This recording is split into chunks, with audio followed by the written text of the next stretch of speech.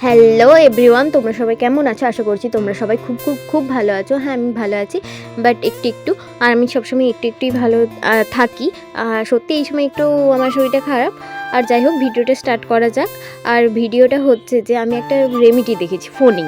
ঠিক আছে, এবার সেই রেমেডিটা আমি তোমাদেরকে দেখাচ্ছি এবং ওই রেমেডিটাই আজকে করব। তো চলো করা যাক, নাকি 10 মিনিটে ফর্সা হওয়ার উপায়। 3টে উপকরণ দিয়ে কে না চাই ফর্সা হতে, তাই আমিও শুরু করে ফেললাম।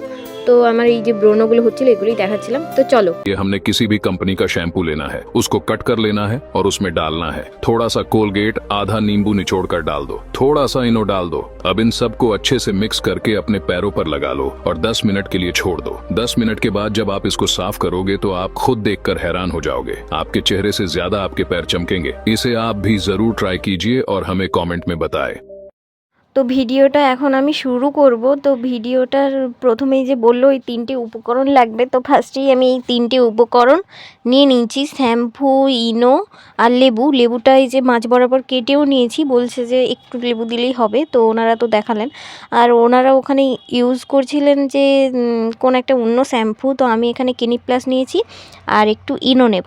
ইনোটা আমি অনেকটাই ঢেলে দিয়েছি, লাস্টের দিকে একটুখানি ছিল দেখলাম।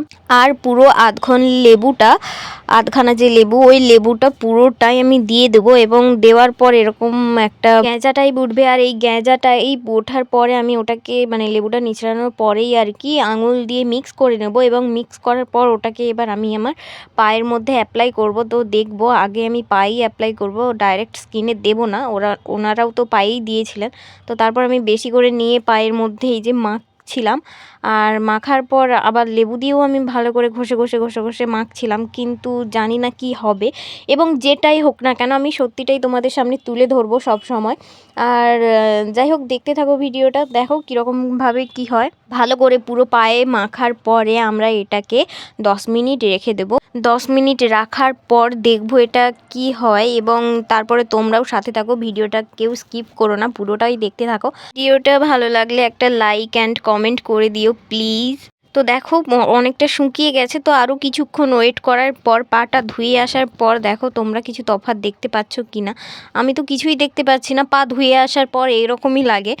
আর এটা মানে এই পাটা ধুইনি আর এই পাটা হচ্ছে ধুয়ে এসেছি, কোনো ট্যান কিচ্ছু উঠে নেই। যে আমার ট্যান এখনও রয়েই গেছে, দেখতে পাচ্ছ আমার পায়ের এই দিকটাতে একটা ট্যান আছে, তো আমি ওটা তোলার জন্যই করছিলাম। আমার তো কিছুই হলো না, তো তোমরা একবার ট্রাই করে দেখতে পারো যদি তোমাদের হয়।